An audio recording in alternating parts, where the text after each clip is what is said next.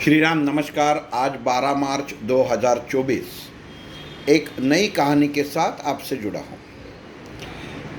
एक आश्रम में सब छात्रों की शिक्षा पूरी हो जाती है, सब शिष्यजनों की शिक्षा पूरी होती है और वो आश्रम के गुरुजी हर एक शिष्य को कुछ ना कुछ वस्तु दे देते हैं। एक लड़के को वो एक आईना देते हैं और कहते हैं कि ये आईना तुम्हारे लिए खास रहेगा। वो शिष्य पूछता है कि गुरुजी आपको प्रणाम, ये आईने में ऐसी क्या खास बात है? वो बोलेगे जिसका भी चेहरा तुम इस आईने में देखोगे वो इंसान की मन में क्या चल रहा है उसकी असलियत तुमको पता चल जाएगी। विद्यार्थी बहुत खुश हो जाता है और गुरुजी को प्रणाम करता है और वो आईने में, वो दर्पण में पहले गुरुजी का ही चेहरा दिखता है और जैसे ही गुरुजी का चेहरा देखता है उसको ताज्जुब लगता है, अरे रोज हमें सिखाने वाले गुरुजी के मन में बहुत सारा क्रोध है, बहुत सारी ईर्ष्याएँ है, बहुत सारी ऐसी चीज़ें हैं कि जो नहीं होनी चाहिए। उसको दुख हो जाता है। गुरुजी को प्रणाम करके वो बाहर निकलता है, थोड़ा आगे जाता है तो अपना एक दोस्त मिलता है, वो उससे बहुत अच्छा बचपन सा दोस्त था। उसको बोलता है कि कैसे हो भाई, सब कुछ सही चलता है और उसका भी चेहरा वो आईने में देखता है और वो जैसे ही वो दर्पण में चेहरा देखता है वो भी परेशान हो जाता है कि अरे ये ऊपर से तो अलग दिखता है लेकिन उसके मन में कुछ ना कुछ चल रहा है, ये मेरे बारे में सही नहीं सोचता, मेरी जो चीज़ें अच्छी हो रही है उसको अच्छी नहीं लगती। वो और परेशान हो जाता है। ऐसे एक एक करके सबको जो भी कोई मिलता है उसका चेहरा दिखता है और उसके अलग अलग हर इंसान में बुराइयाँ नज़र आने लगती है। जो उसको दिखता है कि ऊपर से सही है लेकिन अंदर की सब की बुराइयाँ नज़र आती है। आखिर में वो अपने घर पहुँचता है, अब उसके माँ बाप को नमस्कार करता है और देखता है कि मेरे माँ बाप तो कैसे हैं, क्योंकि वो तो उन्होंने बचपन से मुझे पढ़ाया है, मेरे लिए बहुत कष्ट किए हैं, मुझे मालूम है मेरे माता पिता बहुत भगवान के समान हैं। लेकिन पिताजी का चेहरा जैसे ही वो दर्पण में देखता है परेशान हो जाता है। पिताजी गुस्से की तरफ देखते हैं, बच्चे की तरफ कुछ ना कुछ बातें करते रहते हैं, झगड़ते रहते हैं। ऐसे मन में उनके ख्याल ये लड़के को वो दर्पण में दिखाई देते हैं। वैसे ही माँ के बारे में भी परेशान हो जाता है कि माँ ऐसी गुस्से वाली होती है, बेटे पिताजी का सुनते नहीं है, ऐसा लगता है इसके बेटे को पकड़ के 2 थप्पड़ मारूं। ऐसी बहुत सारी बातें देख के ऊपर लड़का इतना परेशान होता है कि ये क्या अजीब चीज़ गुरुजी ने मेरे हाथ में थमा दिया। जो कुछ ये ज़िंदगी में, ये विश्व में कोई इंसान है जो अच्छा है ही नहीं। बाहर के लोगों से, मेरे गुरु से लेके मेरे माँ बाप तक, सब के अंदर बुराइयाँ छुपी हुई है। हे भगवान, मैं उससे बहुत परेशान हूँ। वो बहुत चिंतित हो जाता है और इतना परेशान हो जाता है कि वो दर्पण लेके वापस आश्रम में आ जाता है और गुरुजी को बोलता है, गुरुजी मैं बहुत परेशान हूँ।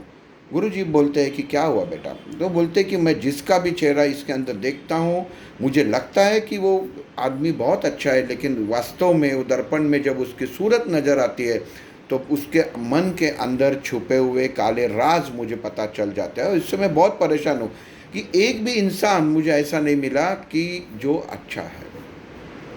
बस गुरुजी ये शिष्य की बात सुन के हंसने लगते हैं। वो बोलते, बेटा मैंने ये तुमको दर्पण दिया था देखने के लिए कि जो भी, जिसका भी चेहरा उसके अंदर तुम देखोगे उसके मन की स्थिति, उसके मन में क्या है तुमको पता चल जाएगा। क्या तुमने खुद का मन देखा, खुद का चेहरा देखा? वो शिष्य बोलता है नहीं गुरुजी। तो बोलो देखो एक बार। और जब वो देखता है तो उससे पता चलता है कि मेरे अंदर ही बहुत सारी बुराइयां है, मेरी नज़र गलत है, मेरे विचार गलत है।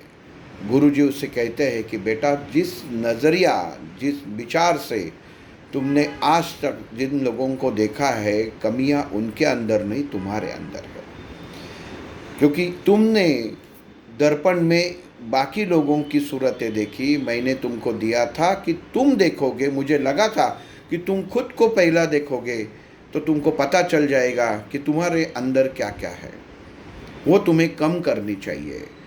दोस्तों ये कहानी है, लेकिन कहानी का सारांश ये है कि गुरुजी चाहते हैं कि शिष्य के अंदर भले अच्छी शिक्षा लो, लेकिन मन के विचार अगर पवित्र नहीं है, सही नहीं है, तो उसे दुनिया उसकी आँखों में, विचारों में जैसे है वैसे दिखाई देती है।